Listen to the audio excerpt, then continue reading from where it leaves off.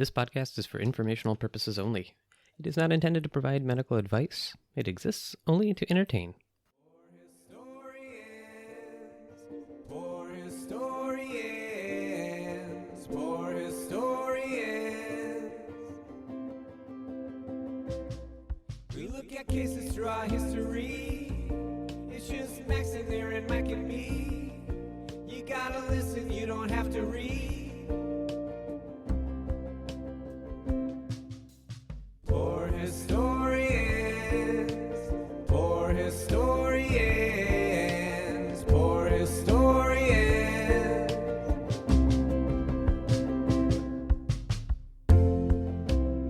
Hey there, podcast listener. This is Dr. Max from the Poor Historians Podcast, bringing you another episode with my colleagues and co-hosts, this week being a Medicines and Museum episode. We had a conversation with representatives from the International Museum of Surgical Science in Chicago, Illinois, which is North America's only museum devoted to surgery. Seated in one of 7 historic mansions in Chicago, the museum hosts a wide collection of artifacts, which we'll obviously talk about some of the highlights. We'll find out a little bit more about their artist in residency program, which brought us one of our guests, James Wilke, on previous episodes. We'll talk about a collection of Peruvian skulls demonstrating an ancient surgical technique. There's also some discussion of something Napoleon wore right after he died that now resides in the museum. And lastly, we'll try to talk our way into something that the museum has called the Hall of Immortals, which has to do with some of the most prominent figures in medicine. We'll see if they'll let us into not only be present to see that exhibit, but hopefully become a part of it. We have ideas. So with that, let's get to the interview. All right, everyone. So here we are sitting today with 2 representatives from the International Museum of Surgical Science. So we are sitting here with Michelle Renard and Lindsay Herbert. If I'm saying that correctly, is it Herbert? Oh, it's Herbert. I overthought it. We are sitting with our representatives from the International Museum of Surgical Science to find out a little bit more about the museum, to find out a little bit more about their collection, and talk about a couple of different topics that may come up in the realm of medical history. So, guys, thank you so much for joining us on the show today. Thank you so much for having us. I've been excited to kind of talk with you guys, especially because your museum happens to be one of the closest to our physical location. And can you tell our listeners a little bit about the museum, like where you are, and if there's any kind of founding story that you think is cool and interesting? Yeah, absolutely. So the International Museum of Surgical Science, we are actually North America's only museum that is devoted to the history and science and art of surgery. And we have been in its location, which is on Lakeshore Drive in Chicago, downtown Chicago. We've been there since 1954. Oh, right on. I've told you guys this, but I wanted to mention on the show. So this is a building I have walked by. I did my medical school and training in Chicago, so I spent a lot of time downtown Chicago, various neighborhoods, and I had walked by your museum at least 3 or 4 times in my time down there, and always thought, I'm going to go in there someday. And I never did make an insight, but I promise that I will in the future, and I apologize to you now that I haven't done so yet. Your story is definitely not unique.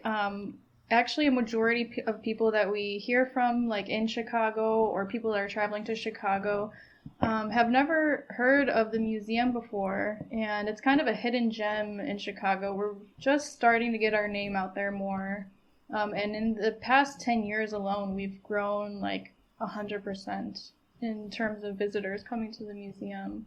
It's an impressive building, right? It's like a, if I remember it correctly, it's a mansion, is it not? Yeah, so it's located in a mansion that was built in 1917 for Eleanor Robinson Countess. It's a 4-story limestone mansion that was built by architect Howard Van Doren Shaw, who is a famous Chicago architect. And it was built for Eleanor as a wedding gift from her father, John Robinson, who was an executive of the Diamond Match Company. So if you think of matchbooks, like matchsticks, he invented matchbooks. So they call it the mansion that was built on matchsticks. Hopefully not very flammable. That seems like a really high bar for Right, a wedding gift. I got a book about the Packers.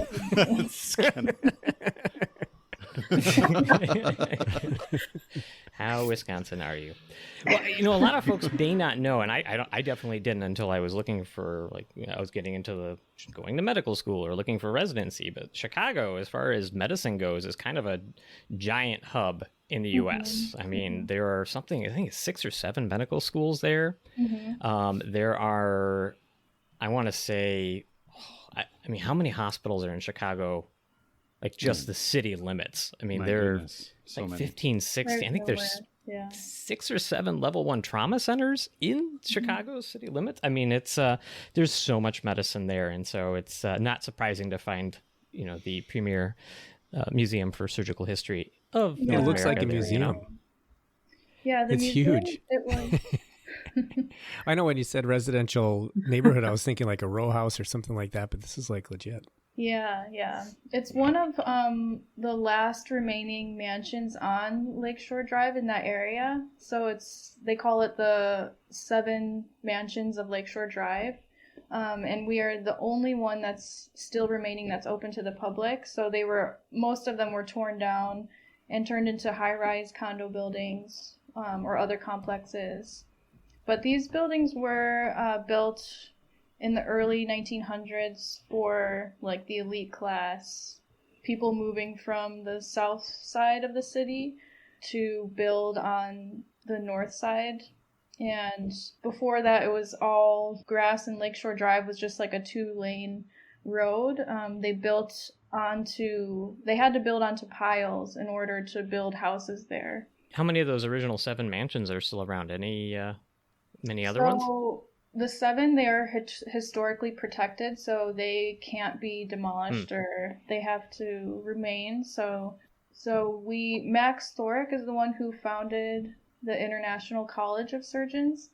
Museum is a division of the International College of Surgeons, which is not actually a school, but it's a membership organization for surgeons.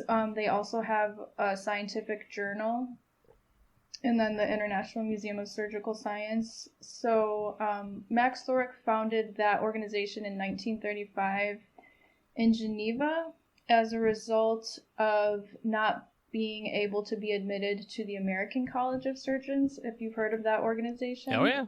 So basically, was it as simple as they won't let me in, so I'll make my own College of Surgeons, and it'll be way cooler. Yeah, kind of like that. We're gonna have parties with beer and drugs, and all kinds of. It's gonna be way that cooler. Escalated. Back then. None of the Yeah, doctors there'd be did drugs cocaine back then. That's not true.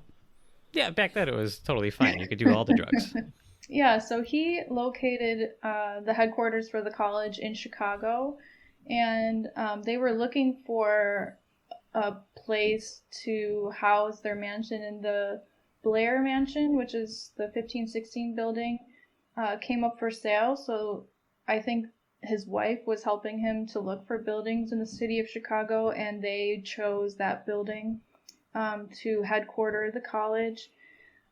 According to, I think, Thorick's own accounts, he was not admitted to the American College of Surgeons because of his Jewish ancestry. Yeah, sounds about right. That tracks. That's Yeah. probably historically accurate. He designed it to be a global organization, so there's sections in a majority of the countries around the world. And after a few years of being located at the 1516 Blair Mansion in Chicago, the next door Eleanor Robinson Countess building came up for sale. And at the same time, Thorick was really interested in developing a museum for surgeons on the history of medicine in relation to the museums that they have, like in Italy and in London.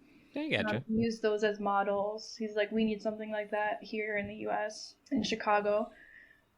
So the building came up for sale, and at that time, they kind of swiped it up right away and purchased it with the sole purpose of turning it into a Hall of Fame to surgery. Okay. Oh man, there's different classes and like who's the You get voted in. You get a special white coat. Yeah. So when they first were developing the museum, they commissioned 2 large galleries on the second floor, which are still there. One is called the Hall of Immortals, and that is 12 stone statues of medical figures important in the history of medicine, commissioned by 2 sculptors, famous sculptors at the time. And then opposite of that room is the Hall of Murals, and Thorick and the museum founders commissioned an Italian painter to paint important scenes throughout medical history on these very larger-than-life murals. So it sounds, I've seen some pictures on your website. These are very modest and very understated as one expects displays. From surgeons in general. Hall of Immortals. That is it. The Hall of Immortals. That's incredible. Who are some of the immortals in that hall? Yeah, so it was all directed, like Dr. Thorick decided who were the most important people throughout medical history to depict. And it's all based on the theme. Oh, I was just wondering if he's in it. What was that? In the corner. It's got huge muscles. His name is all over the museum, though, and we do have a few portraits and busts of him throughout. It was all based on kind of the important advancements of medical history, like the development of anesthesia for surgery. Seems important. The understanding of human anatomy and the importance of antisepsis for cleanliness in surgery procedures. We've definitely touched on some of those. Like we had a whole Lister episode, and we have not done the anesthesia episode though. That is definitely on the horizon. It's on the list. We got to do that. I suppose I would agree with him. Those are that's fairly reasonable immortals as far as the practice of surgery goes. That's kind of what we use as a theme for all the exhibits in the museum, I would say, on the history of medicine. Mm-hmm. Yeah, so Lister is one of the Hall of Immortals. It starts with Asclepius, who is the Greek god of medicine. We have Imhotep, the Egyptian god of medicine. Hippocrates. We have Pare, a battlefield surgeon. We just talked about Pare on the couple episodes ago. Yeah, the one who learned with embroidery. The barber surgeon. Like it would just go straight from gods into surgeons. Like it just, there's no, it's just right into. Galen is in between there somewhere. Yeah, you demigod. Got to mention Galen. We also unfortunately kicked Galen around a little bit in a recent episode because he meant well, but I thought we were fair. Yeah, these are all very big names I found throughout medical history. Yeah, I think, and probably suitable for They're all marble like the statues. fathers. The father of anatomy, the father of vaccine. There's one woman, Marie Curie. We have one woman. Marie Curie is in there? Well, fair. Marie Curie, yeah. Very, very fair addition, and there should be probably I would argue more. that Galen's probably the drunk uncle of the group. Yeah, he is definitely the uncle you would get into an argument with at Thanksgiving.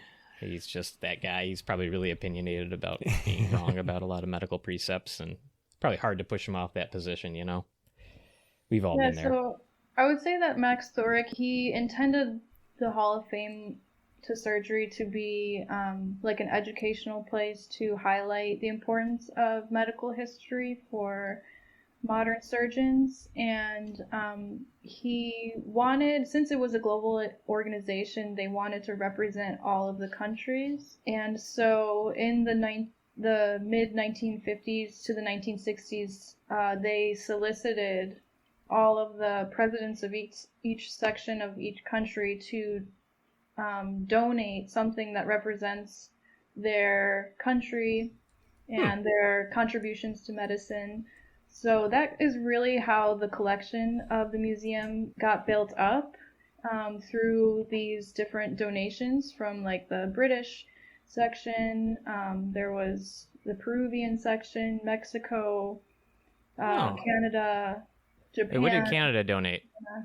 I have to look and see what exactly they donated. I know in my office I have it's very memorable. memorable contribution. I'm not trying to call out Canada. I just want to know it. Maple syrup urine disease. You just went for Canada. I don't think they developed maybe a sample. Let everyone else off the hook. What did Canada ever do for us? I just wanted to know what Canada contributed. That's just, you're making more out of this. I wasn't trying to knock Canadians.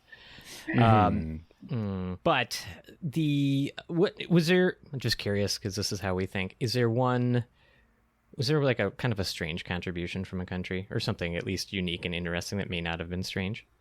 I think that altogether it was an interesting concept because most of these countries were not going to donate like their most important contributions to medicine from like give it to Chicago Museum. Like we want to keep that here. So what they did for a lot of the objects that we have was make copies. So they would commission copies, either painting copies or plaster copies of different important tools or devices. Or like from Egypt, we have like plaster casts of hieroglyphs depicting surgical tools that were on hieroglyphs. That's pretty cool. Like what kind of tools? One is depictions of just surgical instruments, like a surgical knife and maybe some forceps, like early designs. And then one is a depiction of a circumcision. I don't know if I want to ask what the instrument looks like. Yeah, the barber surgeons. I have an idea. Like, just a little off the top.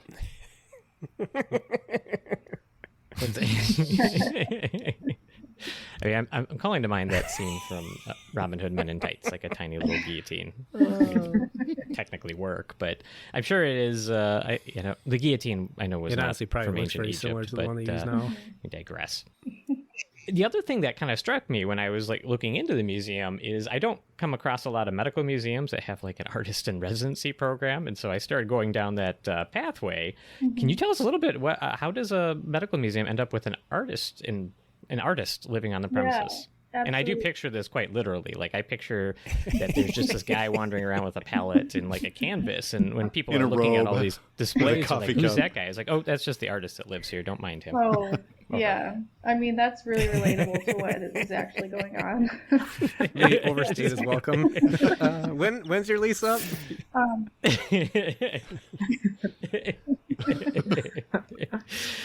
Yeah, I think that the artist in residency program is a really important program that we have been doing for a long time now. So it's a part of the museum's Anatomy in the Gallery program where we showcase exhibitions of medically inspired contemporary art in the context of the museum's historical exhibits and artifacts. And we have been exhibiting work through this program since 1998. Wow. And we exhibit around 8 artists or artist groups per year through this. And then I think it was in 2000 we began the artist residency program where we have 2 residents per year who can do research through the collections and the library in order to create new work. Are you saying they don't live on premises? They don't live there, no. But do they at least work 28-hour shifts? You pay them $3 real an hour? residents? We provide them with a space to do research, also an exhibit space to present like a capstone exhibit of their work or their research. And then we also provide them with promotions and the tools in order to get the exhibit out there. And a lot of the artists, they're creating new work in response to medical history and starting new conversations and interesting discussions. We also do a lot of programming associated with this program as well. It's not only fine art, but also we have performers, we've had poets, and most recently we had a playwright who wrote a play based on his research of the collections, and also is currently writing a book. Well, most importantly, though, is that most recent artist in residency also wrote an episode for the show, actually a couple of episodes. So, I mean, if nothing else, I think he got a lot out of the experience there. I'm sure he did, as I've talked to him since then. And we really appreciate you guys, giving him a platform so that we could find him and work with him. I mean, if nothing else, if that's the legacy of the museum, I think nailed it, you know? Yeah, I think that the contemporary arts component of the museum's programming has grown so much to where it is kind of the primary programming that we do and maybe the most important use of our collections. And I think it's one of the most unique features. I mean, it's one of those things that I have not seen in any other medical museum, as mentioned. And I think there's a big demand and interest in where medicine meets art. There's a lot of pushes within medicine for humanities. Two of us on the podcast are humanities majors, you know. Yeah. So, you know, I think there's a very easy overlap. I don't want to call anybody out who's not a humanities man. major who's on this podcast. You got to take the science classes. Just do it. I loved biology, and it was really because of Richard Attenborough. It had nothing to do with medicine. I feel like that's I do think we could probably do the artist in residency. Is there a sign-up page? You could do a podcast. Oh. We'll live there for 6 months. Absolutely. It'll be fine. Yes. Oh. How can we transition from being the artist in residency to getting into the Immortals Hall? Yeah, it's just straight, just one leap. I want to bust. What if our entire project there is just making sculptures of each other so that they can go in the Immortals Hall? Do you think we're asking a bit much? I mean, I don't want to overstep We're bounds. really open to I a like lot it. of diverse ideas. Yeah. So I would definitely encourage you to apply. What I just heard is that we are guaranteed to have marble busts in the museum if we apply in our. We just need a new Did I Hall of hear that? How Immortals about the for Hall of emergency physicians. The Hall of So we got Demigods? Yeah. the inventor of ketamine. No, it's got to be something more particular to emergency. The Hall of. Ooh, malcontents. Yeah, no, I don't Hall of yeah. Mortals. The Hall of Angry The Hall of Attendings. Yeah, that's Yep. fair. No. You're not angry. Sometimes, Are you yeah. angry on shift? You're not angry on More, shift. not, frustrated. You keep the anger inside. There we No, I go. just came from a Really? nurses meeting. Apparently, a lot of you are angry. I don't think you two accept it. I'm sure.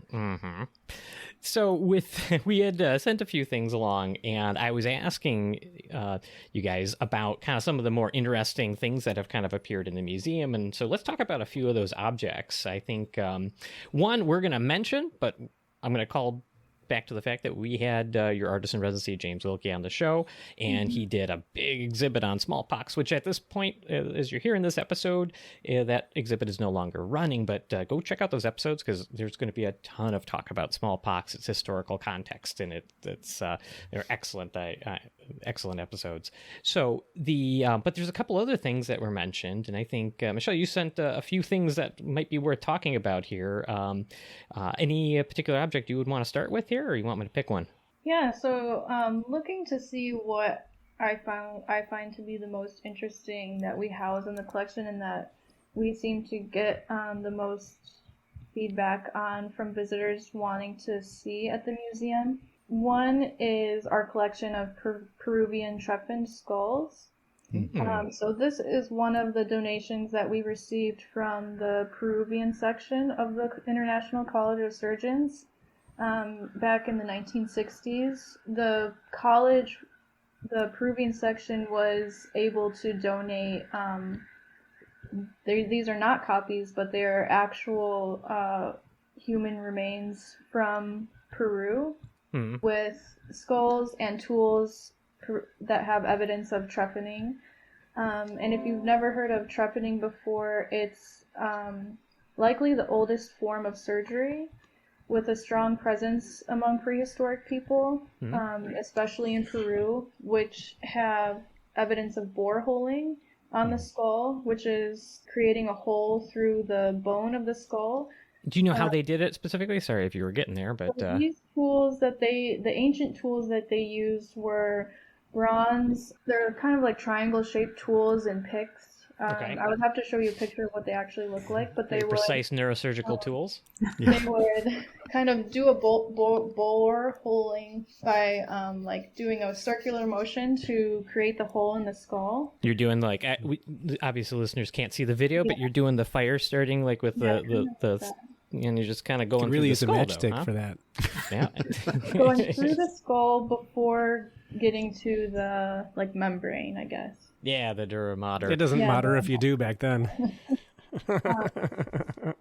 Oh, that's so bad. It's like a dad pun.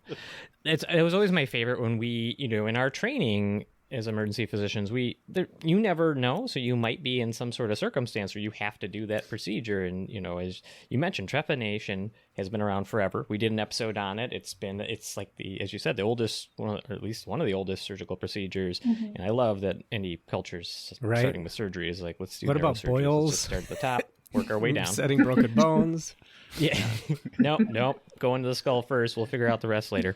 But you learn that you may have to do these things. And so it's really fun because you're always hoping, I really don't want to be in a circumstance where I have to drill a hole into somebody's head, even if it's for the right reason. But a lot of the textbooks, I remember reading how they're you have to like describe in words, how do you drill through a skull safely? And it's always like, you'll feel when the substance changes and then stop, which I think is one of the most underrated, just understated but ways it's so to true. be like easy. Because, once you puncture through the membranes. Whoa there, Tiger. We all know we do enough procedures with needles. You can actually kind of tell when you're in a different type of tissue. It's just that when you're using a needle for a procedure, you're not always like, if you go too far, it's the brain, waiting on the other side. So it's an extra level of caution, I think, that should be exercised. So. But yeah, you're right. I remember vaguely learning about how, nowadays we have drills and those things, but back then it's like scraping and boring, as you said. And it's amazing that so many people survived. How many of these skulls do you guys have? And do you know how old they are roughly?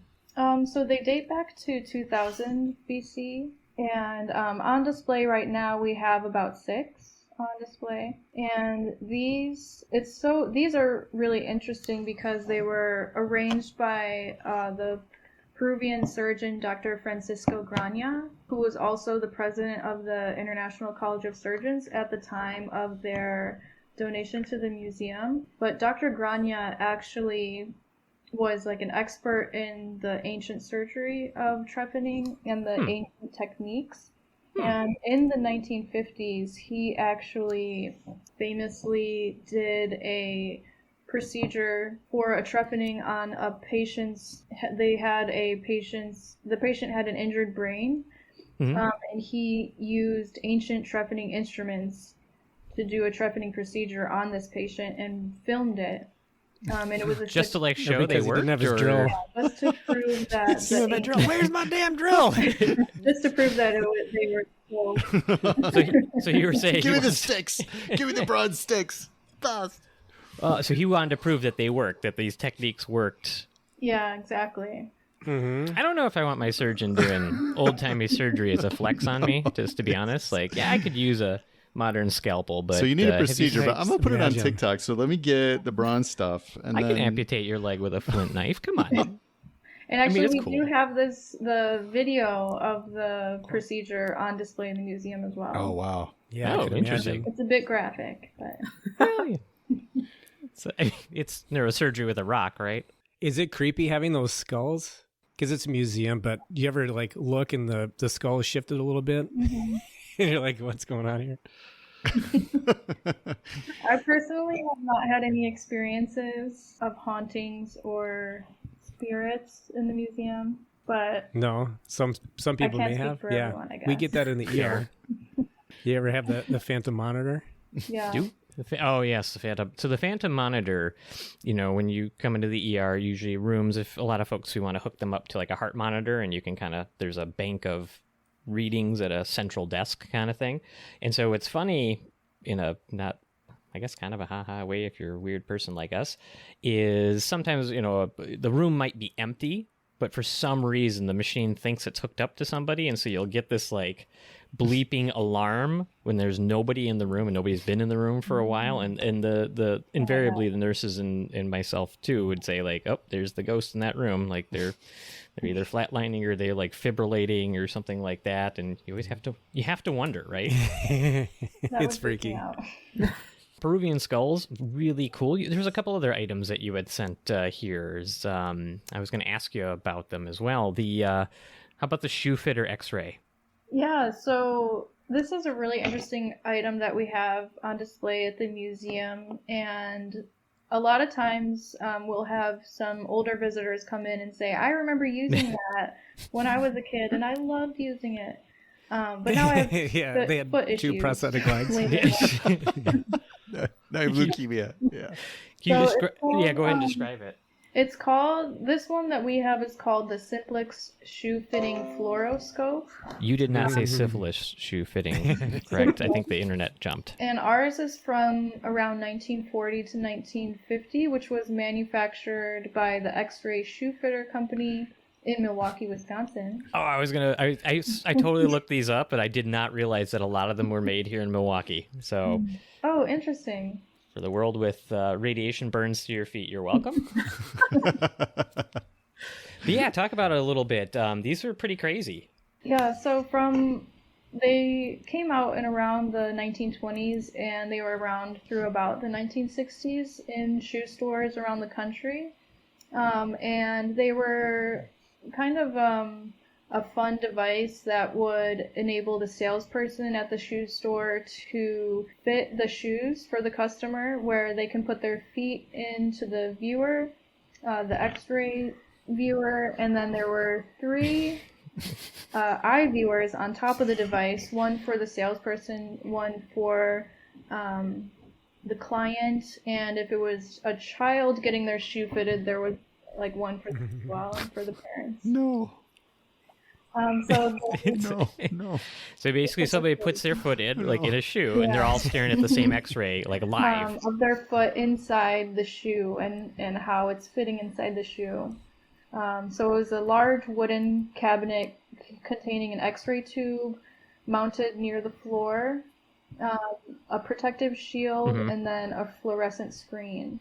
As long as it was I think they safe use with the linoleum protective for shield, I think protection. it sounds reasonable. Did it make pictures or did it make movies? It was like a live X-ray of your... Yeah, so like, because fluoro, we still use this sometimes when we set bones, but you can either take a snapshot or you can hold the button down and just expose the patient to a stream of radiation and move it around. We should plug it That's in probably and see if it safest. works. Yeah. No. I bet that plug is scary. I don't think anything's printed out or anything, Oh my so I think gosh. that they just... Yeah, just No, they watched probably it. just watched. Oh, geez. And it's amazing that it took so long to figure out, like, doing I know, the thumb that's on what the I toe was of the wondering shoe. that. Just put the thumb down. Like, that's all right. It fits. Does it hurt? No. Okay, you probably got a reasonable fit. You know what? But I like the idea of putting a beam of uncontrolled and truly at that time unsophisticated radiation. Like, I'm sure the wood box kept all those gamma rays in there, but putting that in like the hands of your average like shoe person. Like, I don't even know why anybody would trust me with an X-ray machine, you know, but I'm sure the training was pretty rigorous to be like, all right, you're just going to put, you know, this child's foot in this shoe, and then you put it in the box and go ahead and keep it there, and just try not to burn the flesh with the radiation that is I'm happening. surprised it Make sure lasted the so shoe long, fits like okay. into the 60s. I figured they would have an idea that was bad. Yeah. Yeah, so it was very popular in the 1950s, and they had about 10,000 fluoroscopes in use around the country. And as early as 1946, there were beginning to have people were beginning to have concerns about the dangers of the radiation exposure as a result of using these. So Pennsylvania actually was the first state to ban the use of the shoe fitter in 1957, and then other states followed suit, and it wasn't until 1970 that around 33 states had banned the machine, and then they just disappeared out of stores. Yeah, I'd like to probably. think Wisconsin was one of the last states. Like, you know There's what? a guy smoking a cigarette. He's like, that's not that bad. Yeah.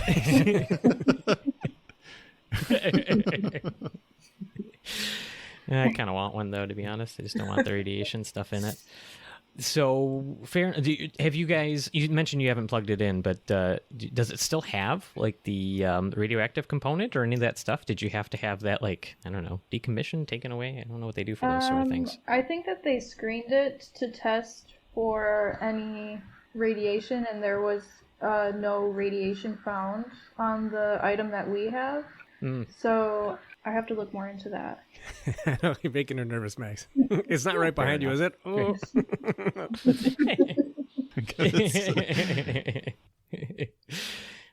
some of those things, especially because a lot of those came out. Not that, I mean, X-ray had been around a bit before that, but, it's still kind of novel. Radiation, playing with radiation was a novel pastime for a while. And it's just funny that was like one of the biggest thoughts. We can use this to, find broken bones and, better adjust treatment, or we can make sure your shoes fit really well and play with this fun technology. And, what could go wrong? Definitely a novelty when they first started using radiation and X-rays. Mm-hmm.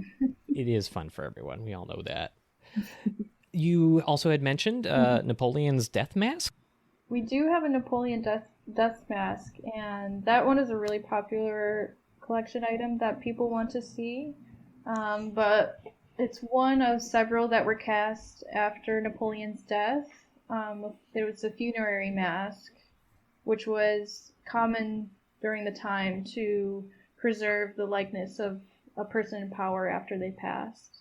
I did a brief bit of reading on this. So there's multiple of these Napoleon masks in existence, is that right? Mm-hmm. Yeah. What was it cast out of? Originally, it was cast out of wax, and then they did a cast of the wax with plaster. Okay. Do you guys have the original mask? Do you know what number it is? Ours, from the records that we have, it says that it's a copy of the original that was done around 1850. Is there a lot of intrigue among, do museums go behind the scenes and they compare their death masks? How many Napoleon death masks do they have? Who has the best one? Who has the most original We're one? not in on those talks, unfortunately. Do you want to see if we can maybe spark some rivalry between museums as we keep talking to different ones? I mean, do you want us to throw shade at anybody? Question. You can tell us here. How many Napoleon death masks do you have? If the answer is 0, the interview's over.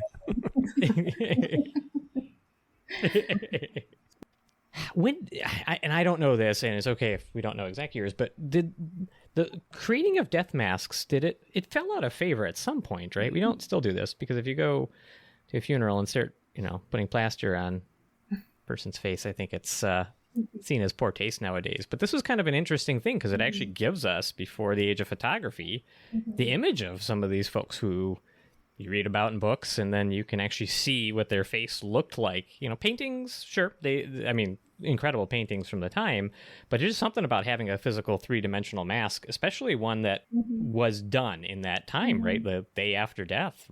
I know that they definitely were done through the mid 1800s. If you go to the Chicago History Museum, which is not too far from us, they have Abraham Lincoln's death mask. That's who you got to start rivalry with. So maybe it's not Napoleon death masks, but you got to compare like Pokemon cards. Who has the better collection? It's terrible. No, Magic cards better. Magic baseball cards. It's the cards thing, Max. Is it the cards thing?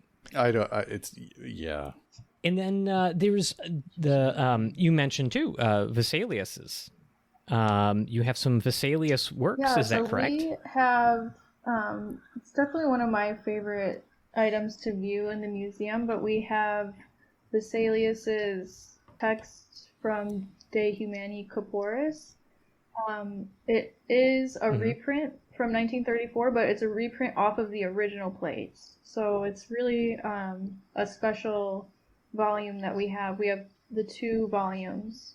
How many? There's many volumes besides the 2. Correct? Is it? Am I correct on that? It's I looked this up a little bit beforehand, but there's he sort of wrote these volumes devoted to different sections of the body, so like the musculoskeletal system, and I think he did one on arteries and veins and whatnot. What makes him your favorite? Just curious. I think it's really interesting to see how he was depicting human anatomy.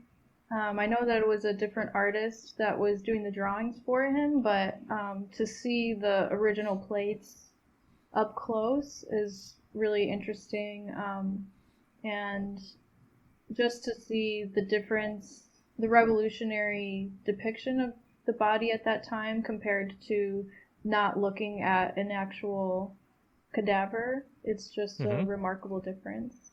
In my understanding, because we actually talked about Vesalius a little bit on, I believe, the episode before this one with author Paul Craddock, who wrote the book Spare Parts.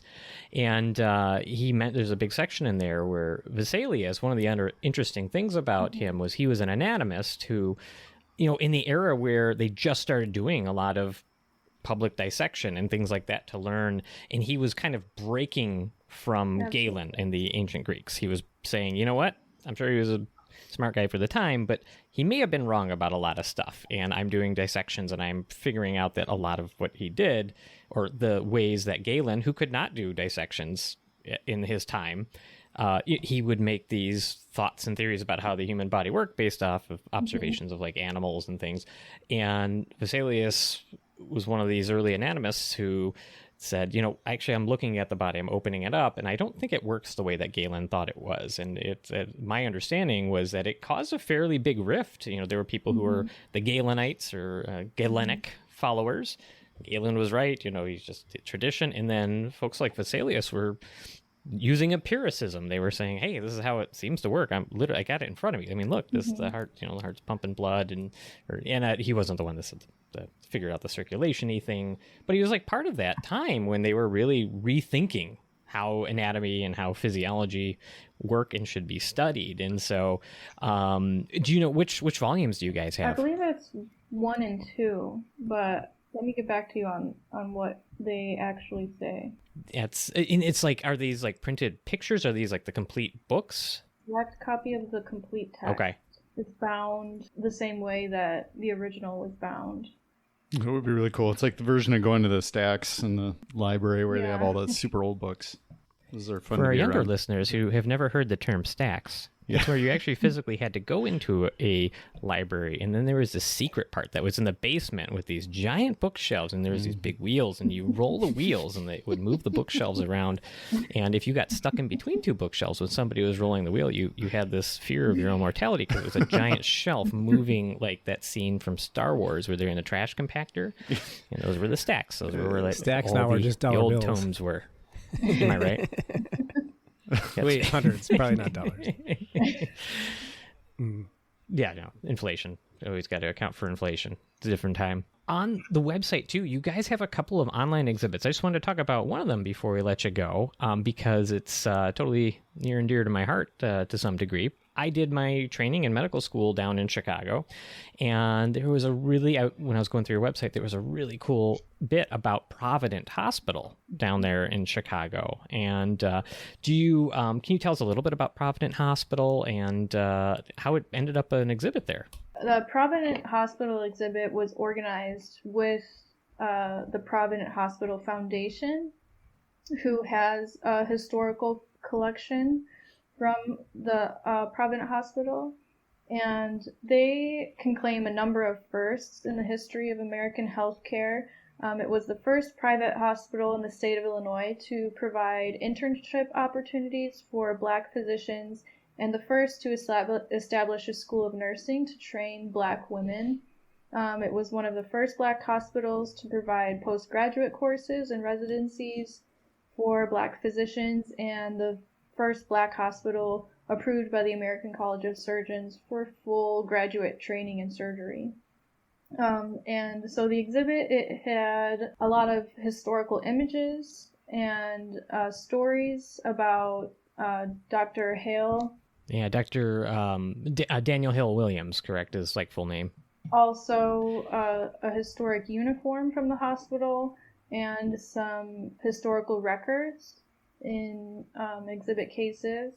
And when the exhibit was on view, it was really interesting to point out to visitors coming through the hospital that Michelle Obama, her birth record was in one of those records. Yeah. Oh, no kidding. Yeah. Mm-hmm. Oh, she was born at Provident, huh? Oh, that's crazy. Yeah, I did, when I was in medical school there, I worked an entire one shift shadowing an emergency doctor there at Provident Hospital, and I remember it was interesting and certainly memorable. Is the hospital still there? I mean, is it still going? It's always been a kind of in and out of financial problems. It's in a tough area socioeconomically, and is it still operating right now? I know that the foundation is still there. Provident Hospital, I believe it is still a functioning hospital. Yes, it is still a functioning hospital, a part of Cook County Health. Very. I could have looked that up. I don't know why I didn't. It looks like it's still active. Yeah. Well, and there's a lot of pretty incredible, like, famous hospitals there in Chicago. You guys aren't too far from, Cook County Hospital, which I know is Stroger Hospital now, but the old facade, at least I was there, we were driving through there maybe a year or two ago, is still up and around there. And, there's a lot of history between whether it's Cook County Hospital or Provident Hospital, as a lot of history around the African American community, and how medicine has, in many ways, it has a very problematic and difficult interconnected history, right? And so I will say, after doing rotations as a medical student at Cook County Hospital or Stroger Hospital, I did like my internal medicine rotation there. I did a burn unit there as well. Like, that totally changed my worldview. I mean, in so many ways. It's just, it was an incredible experience. And I'm really glad to have found this display, because I think we will be having a full episode devoted to Dr. Daniel Hill Williams, because there's so many things, including, I believe, kind of what they consider him among the first to do like an open heart surgery, in a time when you didn't have bypass, you just had to stitch fast as the heart's moving. So we got plenty, and we'll definitely go diving into that quite a bit more. Yeah, actually, I did want to mention before too, there is Thorek Hospital in Chicago that was also started by our founder, Dr. Max Thorek. It was started as the American Hospital, which was a hospital that tailored to performing arts people, which is really interesting. It was like a theater hospital. Oh, interesting. I actually did. I did my surgical rotation as a medical student. We did a couple cases over at Thorek. I remember thinking, I've never heard of this hospital, living in Chicago and being in the medicine scene, as it were. How do you cater to fine arts? I mean, were there a lot of cases of melancholia and broken hearts and writer's block with early sometimes a 6-month admission? Emo music.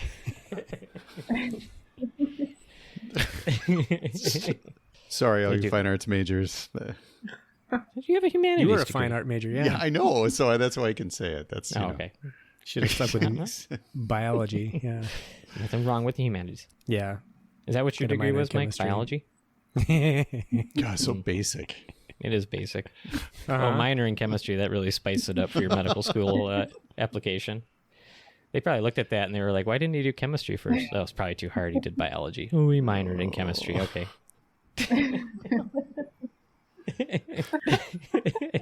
Well, guys, I think that's a great overview of kind of a lot of the exhibits there. Is there anything else you wanted to mention? Anything else you wanted to plug while you've got the megaphone that is the Poor Historians podcast here?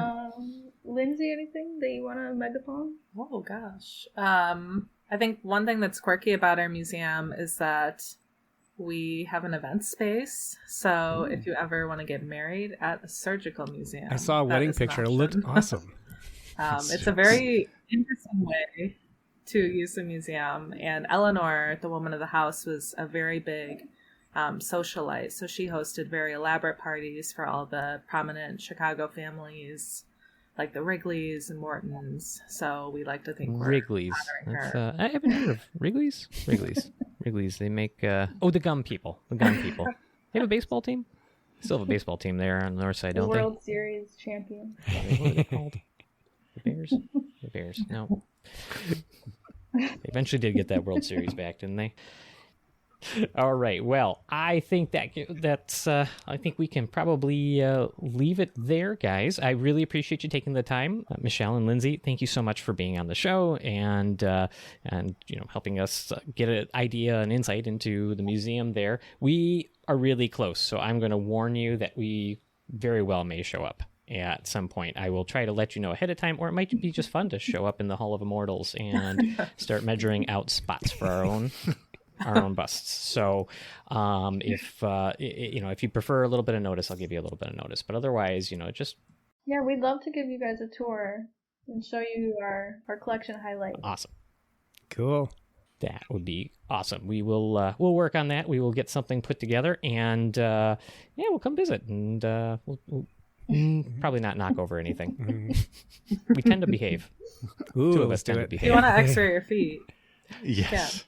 Will you let Mike plug in the X-ray foot machine and we all are out of the room? Ooh. We appreciate everyone listening, and we'd love to hear from all of you out there. If you'd like to send us a message or provide feedback, we can be reached through our website, www.poorhistorianspod.com. There you will find links to all of our social media sites. We take emails at poorhistorianspod@gmail.com, and we work to respond to all posts on our various social media accounts. If you have time, please go and leave us a nice 5-star review on iTunes or on whichever platform you choose, and consider posting about the show on your social media. And if you do that, hey, feel free to tag us. Every single one of those things does help raise the show's profile, and we always appreciate when they happen. If you'd like to support the show in other ways, check out the Poor Historians merchandise, including t-shirts and mugs, by going over to our website and following the links. And with all that, this is Dr. Max with the Poor Historians Podcast, signing out. AMA.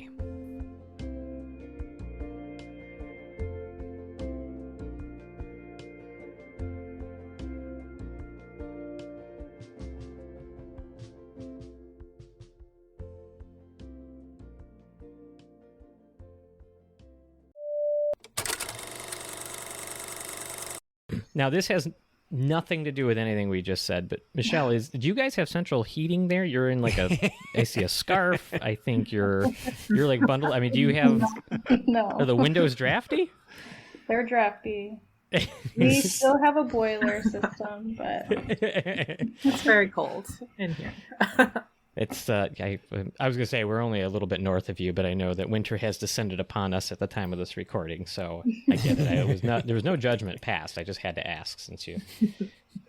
We did talk about the iron lung a bit about a month ago with the Lancaster Medical Heritage Museum, and so it did bring up the interesting thought.